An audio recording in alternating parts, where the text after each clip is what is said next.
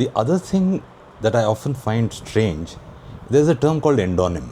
So people within the country call themselves a certain way, and people outside the country that's called an exonym. So for example, people within the country might call India as Bharat, and people outside might call it India, although people inside the country also call it India. If you go to a cricket stadium and you hear the chants, nobody chants Bharat, Bharat, they chant India, India. But generally speaking, people inside Japan would call it Nippon, but people outside call it Japan. People inside China would probably call it Zhonghui or whatever it is, and people outside will call it China or China, depending on how they pronounce it. Now, endonyms are okay, but I find there are some countries which were supposed to be pronounced the correct way. For example, Turkey were always Turkey, but they pronounced it as Turkey because BBC decided to pronounce it as Turkey. Those are needless. I mean, just follow the local people's pronunciation. Finally, they had to change the spelling to Turkey, and therefore now it is Turkey. Similarly, there's a country which has been in the news for almost 5 years now because of almost a world war-like situation there. They are fighting Russia. That is Ukraine. Ukraine is the pronunciation. That's how it is written, Ukraine. You pronounce it in the Indian way, it will be Ukraine. But nobody pronounces it Ukraine, except people in Ukraine. Everybody pronounces Ukraine. Why is it Ukraine? Because BBC says, "Hum khala log ki baat nahi manega, hum gora log hai." So there's a lot of racism in pronunciation.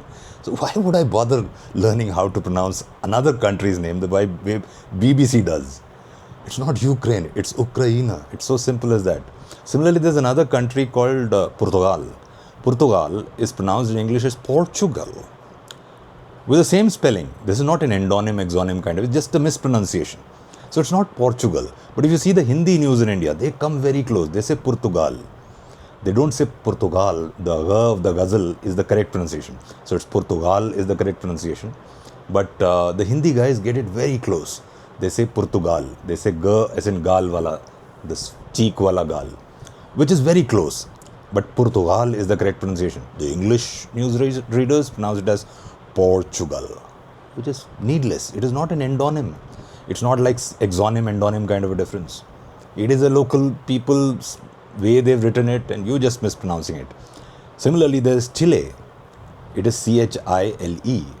If a person was a Maharashtrian surname, he wrote as Bogle, you'll pronounce it as Bogle. But if he's an American, there's a famous writer in John C. Bogle, you'll pronounce it as Bogle. So you could pronounce this as child. If you follow the English way of pronouncing it, will be child, like Nile is Nile, this should be child. But they say chili. Most people say chili, as if it was an item, it's an item to be eaten. It's not chili, it is chile. And these are not endonyms, exonyms, that this is what the people inside call it. No, it is just a mispronunciation. And there are so many of them. I have already talked about Gaza. If you write Gaza, you could pronounce it as Gaza, you could pronounce it as Gaza. It's so simple, you should have pronounced it as Gaza. But because BBC says Gaza, we will also pronounce it Gaza. So very interesting, this topic. When you go deeper, it's like a rabbit hole, you'll just keep going in.